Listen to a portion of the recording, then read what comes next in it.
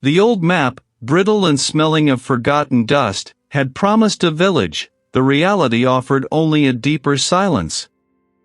My ancient, protesting vehicle coughed its last, rattling breath at the edge of Oakhaven, a name whispered more often in cautionary tales than on proper cartography. The Blackwood Forest, a looming, impenetrable wall of charcoal trunks and emerald canopy, had swallowed the sun hours ago, leaving the air thick with the scent of damp earth and something else, a faint, metallic tang, like old pennies, or rust on rain. I, Arthur, a man whose life revolved around the precise dissection of myth, felt a familiar thrill of intellectual conquest. Sanity preyed upon, they said. A hidden sanctuary. Nonsense, I'd always maintained. A psychological phenomenon, perhaps amplified by isolation and the human propensity for narrative embellishment. The village itself was a skeletal silhouette against the bruised twilight. No welcoming light, no curl of smoke from a chimney. Just the profound quiet, broken only by the rasp of my own breath and the distant, mournful sigh of the wind through the forest. My boots crunched on gravel as I walked, each step a declaration against the encroaching stillness. I found the inn, or what passed for it, a two-story building slightly less derelict than its neighbors, its sign, the Silent Hearth, hanging askew, creaking like a gallows. A lone figure, the innkeeper, a woman whose face seemed carved from the same weathered timber as her establishment, greeted me with a gaze that held the weary patience of ancient stone.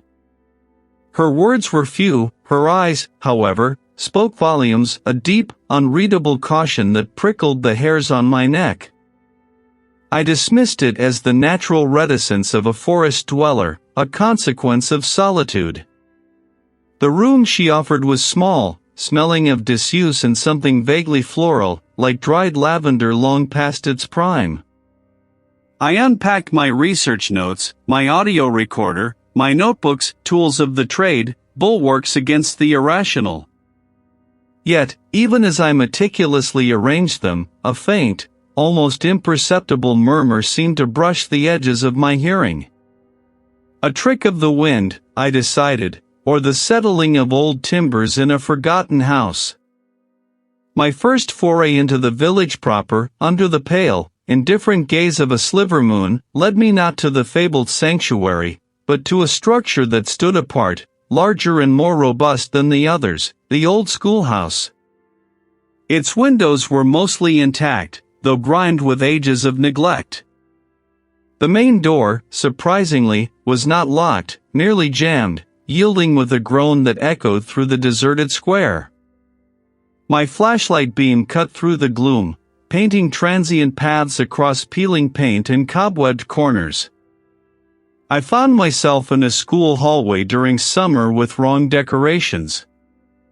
Garlands of dried, brittle holly, faded red ribbons, and crude, paper-cut snowflakes clung to the walls, drooping forlornly. A tinsel angel, its silver sheen long dulled, lay slumped on a dusty windowsill next to a cracked jar filled with what looked like petrified berries. Christmas in July, or perhaps, October. The incongruity was jarring, a discordant note in the symphony of decay. It wasn't merely out of place, it felt deliberate, a tableau set for an audience that never arrived. This wasn't just neglect, it was an active defiance of logic. It wasn't words, not distinct sounds, but a textural hum, like a swarm of insects vibrating just beyond the threshold of hearing, or the rustle of 1,000 unseen parchment pages turning in unison. My mind, ever analytical, sought a source, drafts, vibrating pipes, a distant animal. But the sound seemed to press in, surrounding me, a soft, insistent pressure against my eardrums. I paused, my breath catching. The decorations on the walls seemed to shift in my peripheral vision, the paper snowflakes fluttering despite the absolute stillness of the air. I spun, my flashlight beam sweeping across the hallway, but found only the static, faded remnants. My skepticism, my carefully constructed edifice of reason, began to develop hairline fractures. This was not the settling of timbers. This was not the wind. This was a presence, an insistent, invisible weight in the air. I felt a sudden, profound loneliness, an isolation that transcended mere geography. They probed, they nudged, they seemed to search for purchase, for a crack in my resolve. My hands, usually steady, trembled slightly as I gripped the flashlight. The folklorist, accustomed to observing from a safe distance, found himself, for the first time, not merely a witness, but a potential subject. Oak Haven, I realized with a tightening in my chest, was not merely a place. It was a listening ear. The Blackwood had swallowed the last gasp of my engine, leaving me stranded at the threshold of Oak Haven. Above, the sky was a bruised canvas, the sun a pale, indifferent eye. I slung my satchel over my shoulder, the weight of my research notes a cold comfort, and stepped onto a path choked with weeds. The village, if one could call it that, was a collection of skeletal structures, their windows like vacant stairs. Each creak of an unseen branch, each rustle in the undergrowth, felt amplified, a prelude to some unseen revelation. My determination, a stubborn ember against the encroaching chill, propelled me towards the largest building, its roof half collapsed, a gaping mouth to the sky. Inside, dust motes danced in the slivers of light, illuminating shelves laden with forgotten ledgers and brittle, leather-bound books. This was a communal house, perhaps a former administrative center, and a treasure trove of the past. I began to sift through the detritus, my fingers growing grimy with the accumulated years. The journals I unearthed were not diaries in the conventional sense. They were fragmented accounts, penned by various hands, their script growing more erratic with each passing entry. The river flows not with water, but with memory. We see the patterns now, the threads that bind us to the maw, and the threads that unravel. My breath hitched. This was not the simple beast of legend I had anticipated. This was something far more insidious. A faint scratching sound, like claws on wood, echoed from the floor above. My head snapped up. It could be a rat, a branch against the roof, but the sound felt deliberate, rhythmic, as if marking time. I told myself it was fatigue, the strain of the journey, but a prickle of unease traced its way down my spine. The air grew heavier, the metallic tang more pronounced, like old blood. Driven by a sudden, inexplicable urge, a pull I couldn't quite articulate, I found myself drawn deeper into the village. I passed crumbling cottages, their doors ajar, revealing interiors frozen in time, a child's wooden toy on a dusty floor, a teacup on a table. The silence was not empty, it felt pregnant, watchful. Then, through a tangle of overgrown rose bushes, I saw it, a low, rectangular building, surprisingly intact. A faded sign, half obscured by ivy, read Oak Haven Community School. The door, though warped, yielded to my push with a groan that seemed to reverberate through the very foundations. I stepped into a school hallway during summer with wrong decorations. Faded streamers, the kind used for a child's birthday party, drooped from the ceiling, their cheerful colors bleached by time into sickly pastels. A tattered banner, emblazoned with Happy Holidays, hung askew, its message jarringly out of season. On the walls, crude drawings, depicting stick figures with too many limbs and vacant, staring eyes, were tacked alongside yellowing maps of a world that no longer seemed to exist. The incongruity was profoundly unsettling, a cheerful facade masking something deeply amiss. As I walked, my footsteps echoed, each sound seeming to stretch and distort. Was it the maw, already reaching for me? It wasn't a word, not exactly, but a suggestion of sound, a slithering consonant, a drawn-out vowel.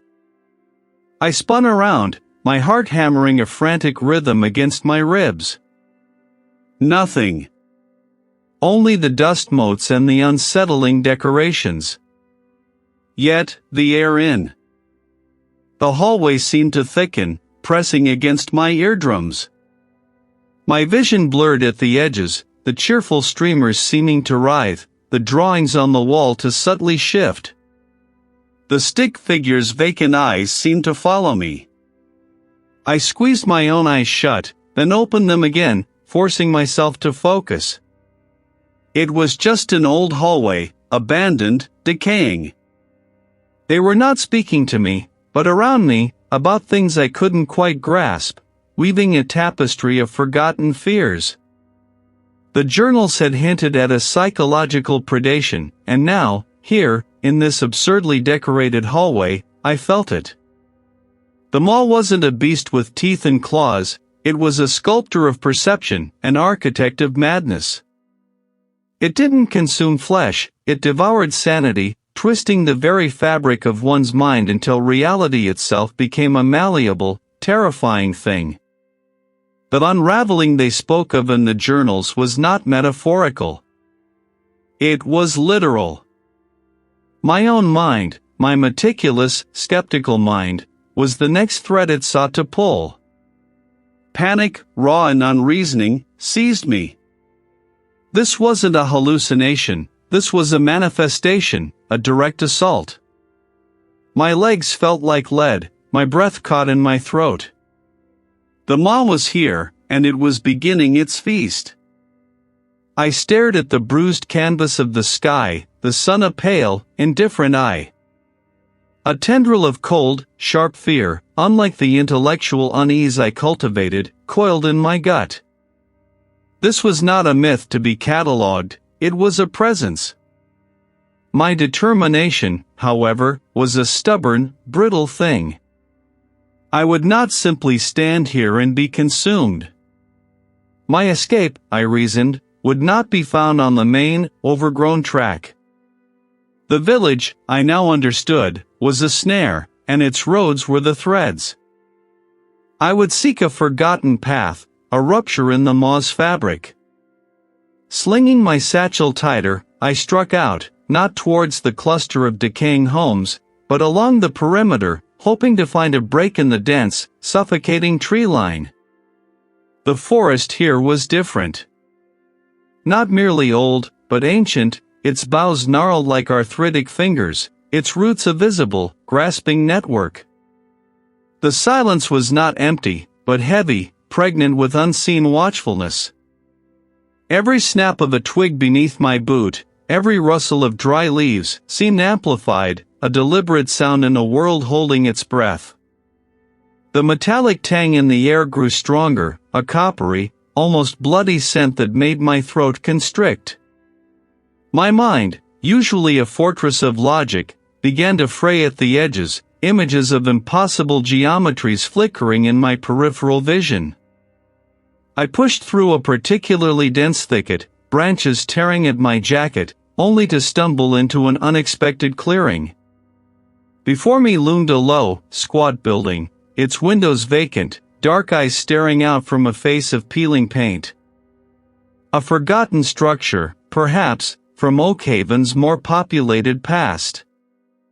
A desperate hope flickered, perhaps a back road, a way through. I forced the heavy, splintered door open, revealing a cavernous interior that smelled of dust, decay, and something else, a faint, cloying sweetness, like forgotten fruit left to rot. Crude, childish drawings, ostensibly of sunny fields and smiling figures, had been distorted. The suns had too many eyes, the flowers wept black tears, and the children's faces were stretched into silent screams. Amongst these, tinsel, faded and brittle, hung from the ceiling, shimmering faintly in the shafts of dust-laden light that pierced the grimy windows.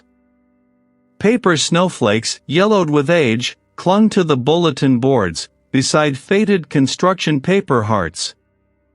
It was a carnival of seasonal confusion, a mockery of time and order. This was not merely neglected, it was intentionally, disturbingly wrong.